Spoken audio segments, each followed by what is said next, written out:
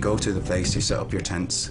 Some people that turn up out of nowhere who know this shaky hands routine and teach you the shaky hands routine. Ours was sort of set up by people who did some of the university occupations last year. Like we started in October as well. But I don't think anyone had any idea that we'd still be going now. Occupy has its process of doing things, and it's these consensus meetings. When did you come across realising that then? As soon as you arrived? Yeah, well no, like within the first week kind of thing, like yeah. So this is their process? This is the Delphi technique. And after a while did it come to be apparent that there's a way that the thing is organised, and there's some organisers actually who keep it going and who teach people how to communicate in it. It's changing who's actually organising on the ground. Yes. Yeah. This is what we're all finding as well. Does everybody give the permission for these people to be Does anybody get in for the hey? There are some people travelling around this planet who are training people in countries all over the world how to hold these revolutions that are democratic new democracy revolutions. And what we're experiencing on the ground inside in this thing is that it's basically a government that's pushing a new age agenda. If you want to make a point, you know, if you want to say something to the group, you want to offer something, you stick your hand in the air like this, and I'll do my best. People behind me just tell me or whatever. I'll do my best to try and make sure everyone gets a chance to speak if they're brief and all of that. Before we start, can we have a change of facilitators? Someone random. Why are people on trial here? Because it seems this is one of the grievances I've got, is the way the process is set up. This man is a fine man. It doesn't actually, I don't think it's working. People are still arguing, people are still breaking said rules that are being set up by this process. And the thing is, it seems to be the same facilitators. I think it should be. harmony tonight then. Well, no, I'm quite happy that someone else was. Okay, temperature for Mark being the facilitator. Okay, we agree. Like each time I sat there in the meeting, I put my hand up and I went to ask a question, a simple one question, and it was like, you seem to be here talking about all the problems, creating a body of rules which actually exposes what more problems are, so you feel the duty to go and enforce these rules because you're part of this so-called movement, and this duty is there because the GA made a consensus, so I have to do it. And it comes to the situation where part of the legal team come down with a CO2 gas canister and put out a little flame on a candle in front of 8 people sitting there in a circle. It's like, that's disgusting behaviour from somebody who's on this invisible hierarchy. And he's grabbed hold of the fire extinguisher and sprayed it whilst everyone's sitting there, and it's just like, you're mental, mate. You shouldn't be allowed to do that, and that is like a seriously violent action. Now, if somebody done that or hit somebody whilst holding a can of beer, they would have been kicked out of this building. But because the guy is on the legal team, it's like, oh, we're going to have to like deal with this another way. Now, on top of that, they're discussing using their own monetary system, their own climate camp money. And then on top of that, this is the punchline of it all now, a census. Does anybody actually know whose idea or format this? Because this format, the Occupy thing, it's actually got its own handbook, its own toolkit, and it's all the same format that's happening in Bristol, Dublin, Toronto, everywhere. It's exactly the same format. Anybody know whose idea it was, who passed this? Well, before we go into that, we're going to finish this. Okay, cool. Delphi technique! The main point is that this Delphi technique thing applied through the 99% thing means that none of what the 99% have been put up to do by the popular movement from the media, none of that is even getting talked about anymore. Phoenix set up a secret meeting and they decided between 10 of them. And then we go up to the meeting and things are trying to get addressed about it, and then they're scooting off onto like the copper being stolen from the building.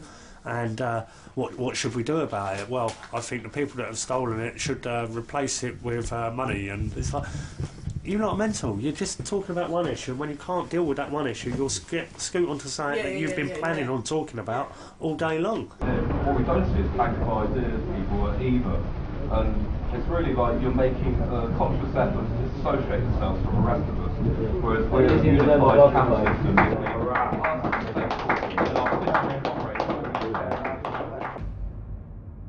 That is a caretaker's coordinated floor. There is basically people who work very hard with the project, the people who planned to open this building for a month before, and the people who came in who were the first 20 odd people who took the building and worked very hard to open it. There is also a tech hub up there. There is also like 2 or 3 secure rooms where we lock up video projectors and laptops, because we've had about 6 or 7 laptops. Could you just say that on the camera? Would you be? No, okay. No, you don't want to do that. That's okay. So that door locked there? Can we not go in? Sorry. Why can't we go in? Because people's rooms? Oh, but it says authorised personnel only. Yeah, like for the day. So who are the authorised personnel? Either security when they need to get on the roof, or the people that live in those rooms. Yeah, but some of the people that live here downstairs are not allowed to come up here. Well, How's that's that? not their room. Yeah, but you can go downstairs where they're sleeping. But I wouldn't go in their room. Can you not film me, please? Okay, yeah. I said, okay, let me say it again. And I said it about 5-6 times. Each time that I said, you're setting up a body of rules. The rules don't work because people are still breaking them. Your process of putting these rules in place does not work. It's the same 6 people that are voting it in with their shaky hands. This isn't working. And the woman said, well, what I think he's trying to say is about the candle. It's like, so I've put my hand up again. It's like, look, you're diverting away from what I'm saying. What happened down St Paul's was I started asking the finance team, where's the money going? Why is it going into Climate Camp Action bank account? Who are the signatories of the account? No, speed it up. This is very, very important. When you have like general assemblies and you've got 40, 50 people sitting there, you'll get the core 6 people, which will be the facilitator, people sitting next to a facilitator and a couple of people dotted around the room, all shake their hands, and then like there'll be a few people go, yeah, I think I'll vote for that. And it's like, what are you voting for? Oh, I'm not too sure. Why was you asked to tell me to go? And by who? If you're going to try and overthrow something that's invisible or pretending that it is non-hierarchy, when it plainly is, you've got to work out who the hierarchy is. Then you find Climate Camp connections through their bank account at St Paul's, Climate Camp Action, and then you say to the actual finance team, where's the money going? It's going into Climate Camp Action bank account. Why is it going there? Oh, because the General Assembly decided this. So that's the people from Starbucks that actually vote stuff in, and then like they clear off home. So they're voting in what's actually happening when all these bank accounts have been set up like 3 years ago. I've written a letter to Camp, St Paul's, handed it in, asked them for information. I've got no response. I did speak to the guy you directed me to speak to about the Camp's finances. Well, I've already spoken to about the Camp's finances and didn't tell me anything. The camp is the camp and the organisation is behaving a bit like the very institutions that it's complaining about. Exactly. And finances are a very, very important thing because whoever's controlling those finances controls a lot. Exactly. So please be open about your finances. Somebody needs to sort that out, really. That's your point of view. Okay.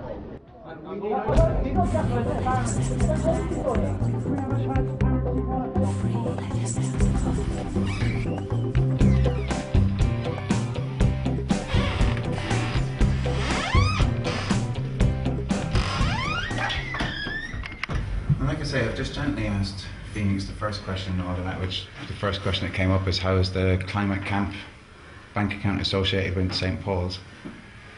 He's like, oh, I don't know, is it associated? And I'm like, well, apparently. And he's like, finance would know about that. And then the security guy who's standing beside him goes and explains that initially it was as a transitory kind of thing, and then Phoenix goes, there you go, it was just there for a little while is what Phoenix says.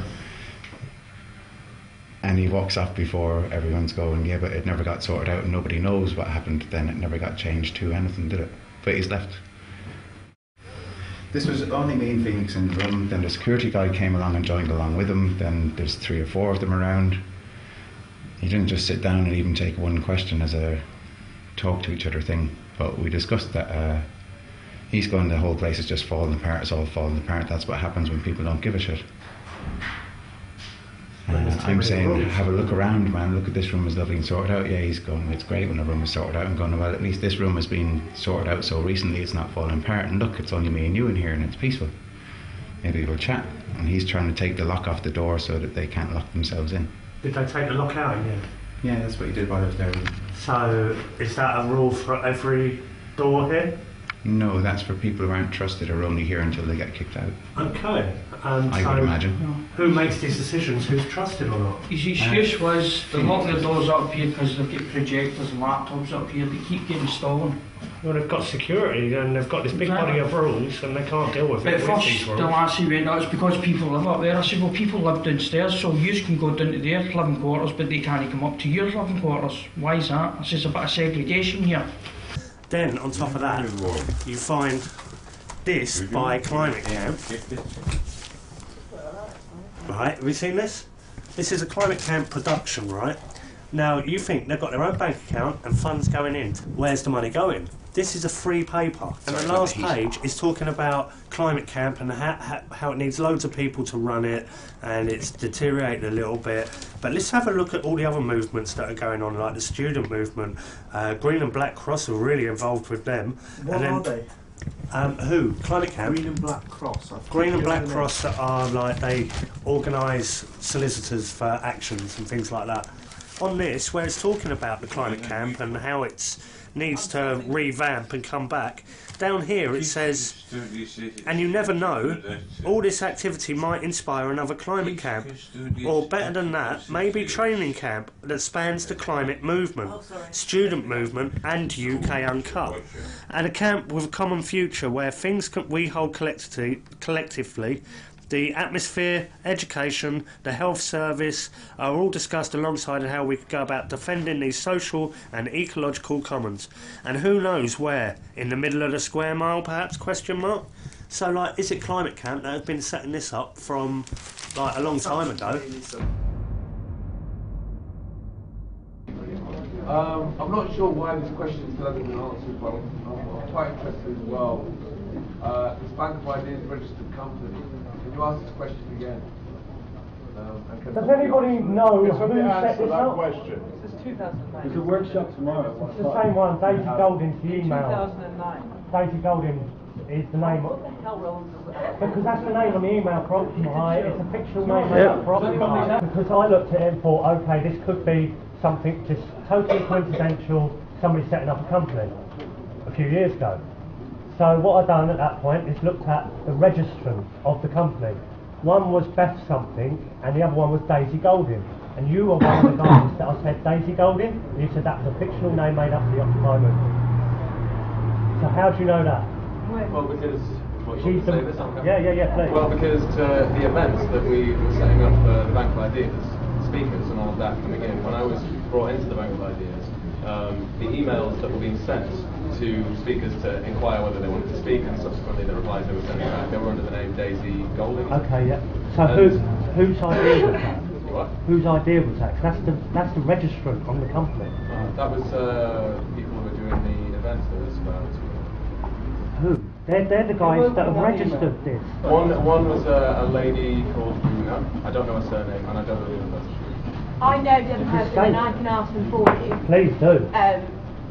I mean, I personally don't think it's of any relevance. A company was set up 2 years ago with the same name, loads of companies. St Paul's, I know it's cold, but it has deteriorated in size, and that's down to people like the security or tranquility team or whatever they want to call themselves. They're like walking around like robots of the system, going, right, you can't do that, you can't do that. It's like, if you're going to be security or whatever you're going to label yourself, make sure somebody's secure, right? If there's somebody asleep in a chair outside the tea tent or whatever, cover them up in blankets. Don't push them and go, you can't sleep here. But this building was offered out to the common law kind of people. And we were trying to chat to the people down in St Paul's and make it all be linked together. And just found you couldn't make any of these links. These people who you would link with were like mist. When I first came down here, it was a real grassroots movement. A lot of people that were concerned about the way the country's heading, and yeah, they were here to voice their opinion. And since then, since the GAs have moved in and started to take control over the camp, a lot has changed. And the way they did it was very stealthily, because at first the General Assembly meetings were a platform for expression and for people to share their ideas with the camp. And then once they'd established an authority over the camp, they began to enforce rules on not just how the camp's going to run, but on the individuals themselves. So it just goes to show, really, when they're hiding their faces and they don't like transparency, it's quite revealing, isn't it? They don't like cameras on the site. A lot of activists carry cameras nowadays, so it's quite, it's quite revealing. Steve, you on this one? You don't want to. There's no reason why we can't film here, but they've gone to get their tranquility team now. So this is how it's turned out at St Paul's. It seems that it's no longer the 99%. It's like saying to somebody that worships Jesus under Christianity, that you're a devil worshipper. They'll be like, no, I'm not. Well, how can you say that? And it's like saying the same thing about people that are involved with the Occupy movement. You say to them, well, what you're doing could be part of an inside job. And they're like, no, and it's like, I'm not actually directing that at you, and it's either your ego getting you carried away because you can't debate it back, or because your heart's so far in it, you're being blinded by what you truly believe in. That's it, people do want to believe.